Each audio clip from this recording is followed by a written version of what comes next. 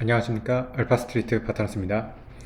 2025년 6월 2일 월요일 마감시장 보겠습니다. 코스피 지수가 0.05% 올라서 2698로 마감을 했습니다. 오늘 코스피 거의 움직임이 없었습니다. 보합 수준에서 마감을 했고요. 외국인은 1200억 매수를 하면서 외국인 매수는 조금 들어왔습니다. 지난주 미국 증시부터 보시면 미국 증시도 그렇게 큰 움직임이 없었어요. 나스닥이 0.3% 빠졌고요. 다우는 0.1% 이렇게 올랐습니다. 근데 선물이 지금 좀 빠지고 있거든요. 미국 나스닥 선물이 0.7% 제법 빠지고 있어가지고 이게 다시 미중 무역 갈등이 또 높아지고 있습니다. 계속해서 좀 이 미중 무역 갈등에 좌지우지 되는 그런 증시이기는 한데, 예전에 이제 그 관세 전쟁 공포가 굉장히 심했을 때에 비해서는 많이 회복하긴 했지만은, 그렇다고 미국이 지금 막 좋은 그런 상태는 아니에요.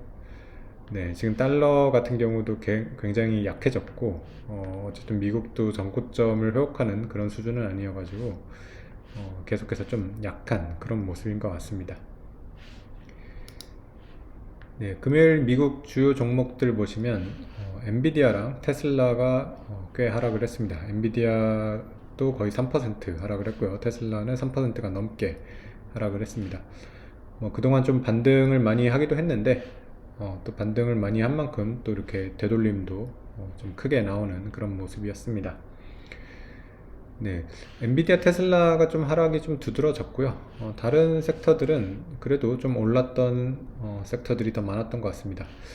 특히 팔란티어 같은 경우는 굉장히 좋았어요. 7.7%가 올라가지고 131달러. 팔란티어 같은 경우는 다시 사상 최고가 돌파하는 그런 모습이었고요.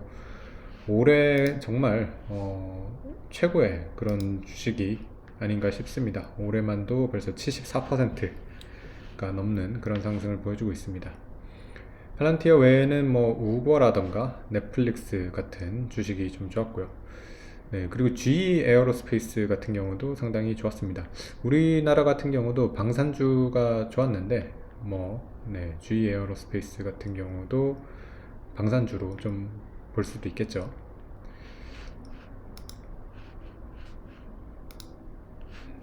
그 외에 필수 소비재 쪽 코스트코가 3% 올랐고요. 일라이릴리가 2% 오르는 게 좀 눈에 띄었던 것 같습니다. 다른 지표들 보면 달러가 계속해서 좀 약해요. 달러 인덱스 다시 98대를 지금 보고 있고요. 우리나라 원화 같은 경우도 다시 조금 강세 쪽으로 가는 것 같습니다. 오늘 장중에 1382원도 갔었는데 지금은 다시 원화 강세로 가면서 1371원에 거래가 되고 있습니다. 1360원대도 곧 볼 수 있을 것 같습니다.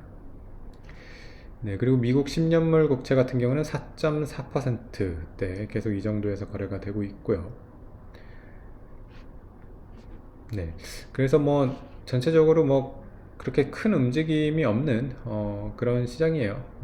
여기서 더 올라가기에도 부담스러운 그런 모습인 것 같고, 그렇다고 크게 하락하는 그런 모습은 또 아니어가지고 우리 증시 같은 경우도 2700까지 일단 올라온 다음에 크게 지금 방향성을 잡고 있지는 못하는 것 같습니다. 오늘 근데 종목 중에서는 좀 움직임이 있었는데, 일단 그동안 좋았던 은행주들이 오늘 좀 크게 하락을 했어요. KB금융이 4% 빠졌고요. 신한지주도 4%, 하나금융지주도 3.7% 이렇게 빠졌습니다. 워낙 은행주가 최근에 좀 많이 오르기는 했어요. 급하게 이렇게 많이 오르긴 했는데, 사상 최고가 돌파를 하기도 했었는데, 오늘은 어쨌든 좀 크게 조정이 나오면서 여기서 다시 이렇게 좀 아래쪽으로 가나 그런 걱정이 되고는 있는데, 은행주 조정은 매수 기회로 이렇게 삼아도 나쁘지 않을까 싶습니다. 어쨌든 우리나라 주식이 계속해서 이런 주주 환원이나 이런 것들을 강조하는 그런 추세이기 때문에 은행주 같은 경우도 이런 기조 자체가 계속해서 이어질 것 같거든요. 그래서 계속해서 사상 초고가를 경신해 나갈 가능성이 높다고 그렇게 보고 있습니다. 그래서 어느 정도 조정이 나오면 네, 매수하는 것도 나쁘지 않을까 이렇게 생각을 하고 있습니다. 네, 그래서 오늘 은행주는 좀 많이 빠졌는데 그 대신에 조선, 방산 이런 쪽은 또 많이 올랐어요.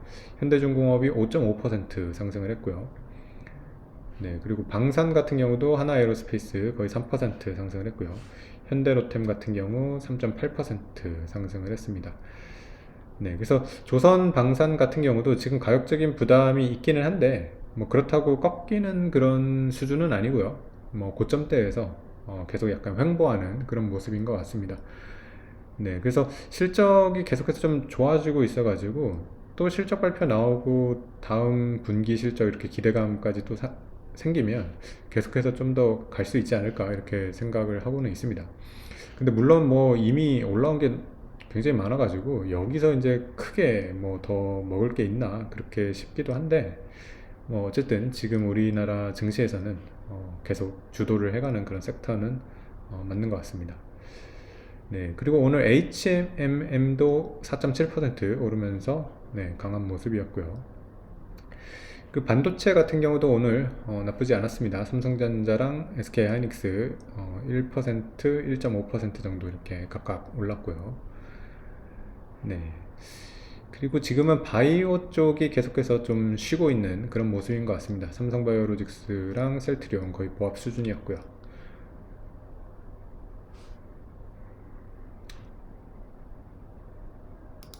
네. 그리고 유한양행 같은 경우도 10만원대 계속해서 횡보하는 그런 모습이었습니다. 미국 같은 경우도 헬스케어가 최근 들어서 좀 조정을 많이 받았거든요. 특히 이제 트럼프의 이제 약값이나 압박 이런 것들도 있어가지고 우리 시장 같은 경우도 좀 바이오가 힘을 못 쓰고 있는데 그래도 네 오늘 또 알테오젠 같은 경우는 네 그래도 좀 이렇게 많이 올라가지고 분명히 바이오도 네, 기회만 있으면 언제든지 좀 올라올 수 있는 이런 섹터여가지고 잘 이렇게 모니터링을 하는 게 좋을 것 같습니다.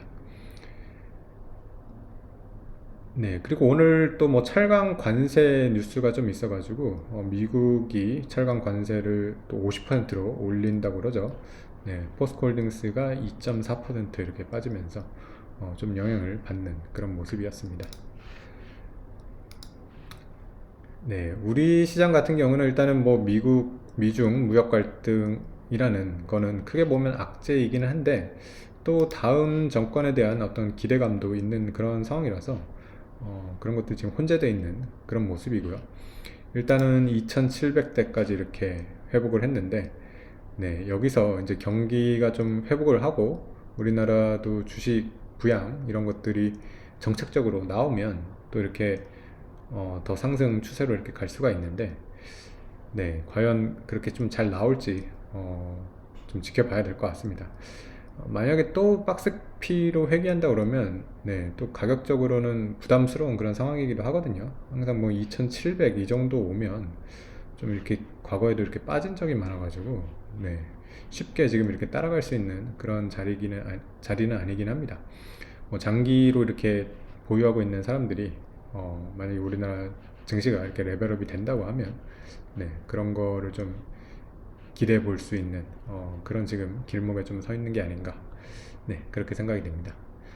네, 오늘 시장은 여기까지 하겠습니다. 감사합니다.